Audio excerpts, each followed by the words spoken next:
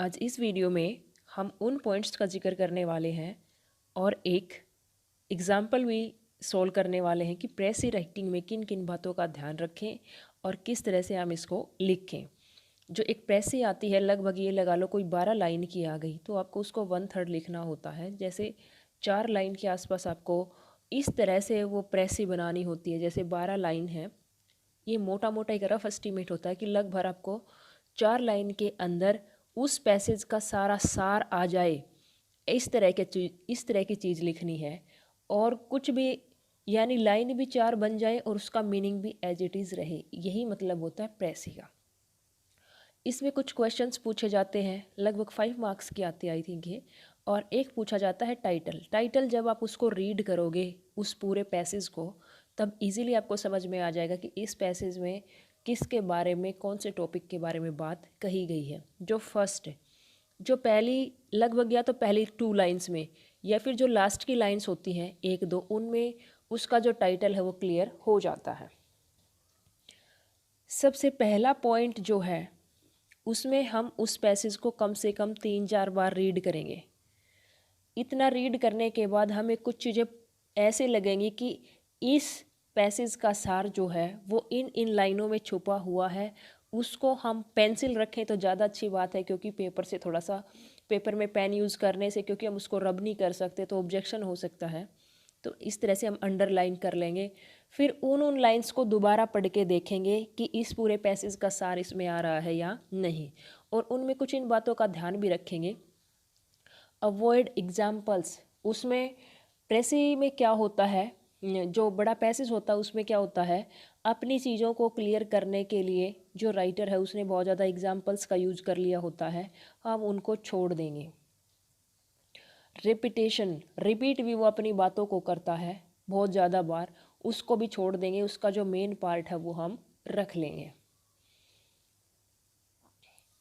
Illustration का मतलब भी होता है कि स्पष्टीकरण, कि जैसे कोई बात एक कह रखी कि ही इज़ ऑनेस्ट, ये ईमानदार है, फिर वो एक इंसिडेंट बता देता है कि वहन ही फाउंड ए पर्स, जब उसने एक पर्स मिला तो उसने वापस लौटा दिया। लेकिन हमें ये इलस्ट्रेशन यानी स्पष्टीकरण दे रखा है, हमारे काम की सिर्फ इतनी ही बात है, ही इज़ ऑनेस्ट, इसमें ये मीनिंग पूरा हो रहा है।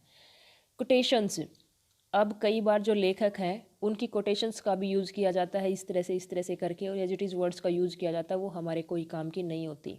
नेक्स्ट है लिंकिंग वर्ड्स।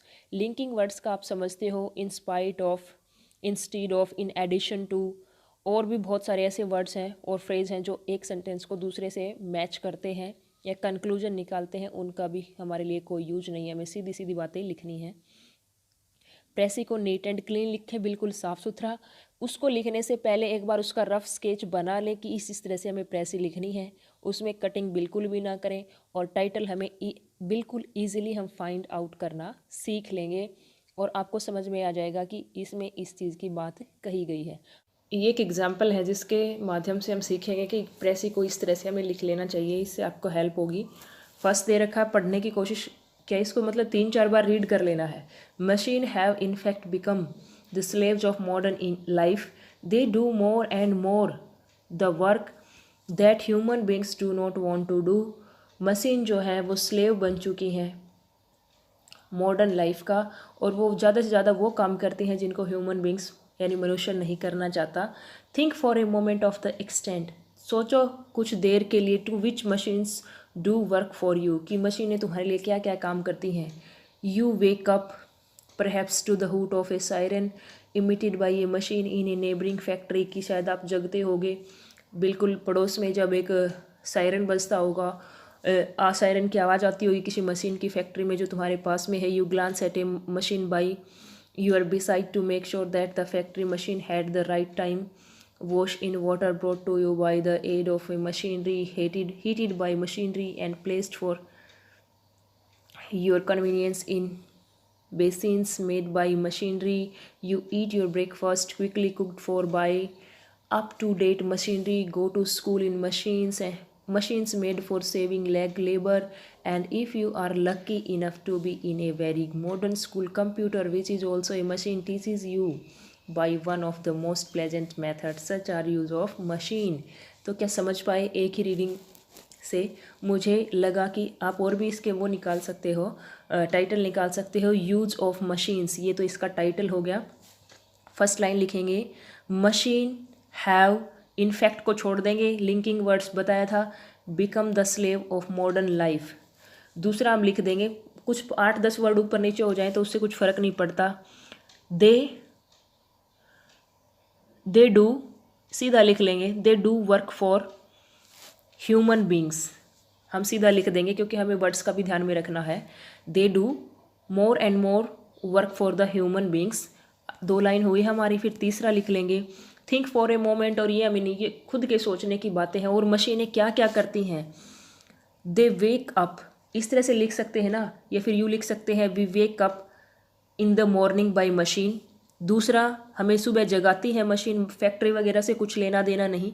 दूसरा, अगर we watch time by a machine, यानी घड़ी के से ही हम टाइम जज करते हैं।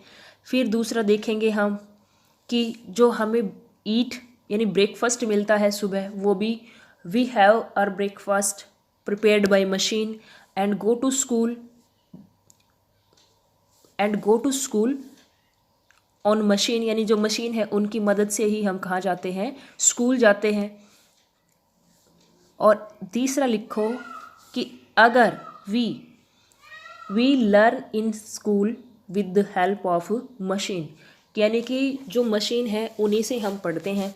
और इनका भी अगर हम इजी बनाना चाहें तो we wake up in the morning by machine, prepare our breakfast with the help of machine, go to school with the help of machine and learn our lessons या teach in school with the help of machine। और last में लिख देंगे such are the uses of machine। तो ये हमारी एक अच्छी प्रेसी बन के तैयार हो जाएगी। होप स्टूडेंट्स आपको ये चीज़ें समझ में आई होंगी।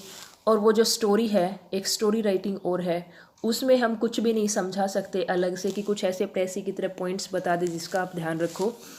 उसमें आपको कम से कम 4-5 स्टोरी, आपके पास जो भी कोई बुक हो ग्रामर की उसमें दी हुई मिलेंगी, 4-5 स्टोरी रीड करनी है, जिससे आपको थोड़ा सा आइडिया हो जाए कि स्टोरी में ये इस हिसाब किताब से हो सकती है।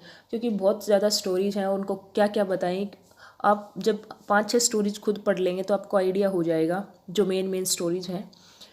टेंस का ध्यान रखोगे, कई स्टोरी जो है पास्ट टेंस में आती हैं, कई आती हैं प्रेजेंट में, तो इनका ध्यान रख के आप वो जो हिंट मिलेगी उससे एक आइडिया माइंड में डेवलप हो जाएगा कि ये स्टोरी, ये कहानी पढ़ी हुई है तो ये इस तरह से लिखी जा सकती है, और या फिर ये जो हिंट दे रखी है इसके अकॉर्डिंग मैं ये कहानी बना सकता हूँ। पास्ट में हो तो पास्ट में लिख देना, प्रेजेंट टेंस में है तो प्रेजेंट में आप लिख देना। इतना ध्यान उसमें ज़रूर रखोगे।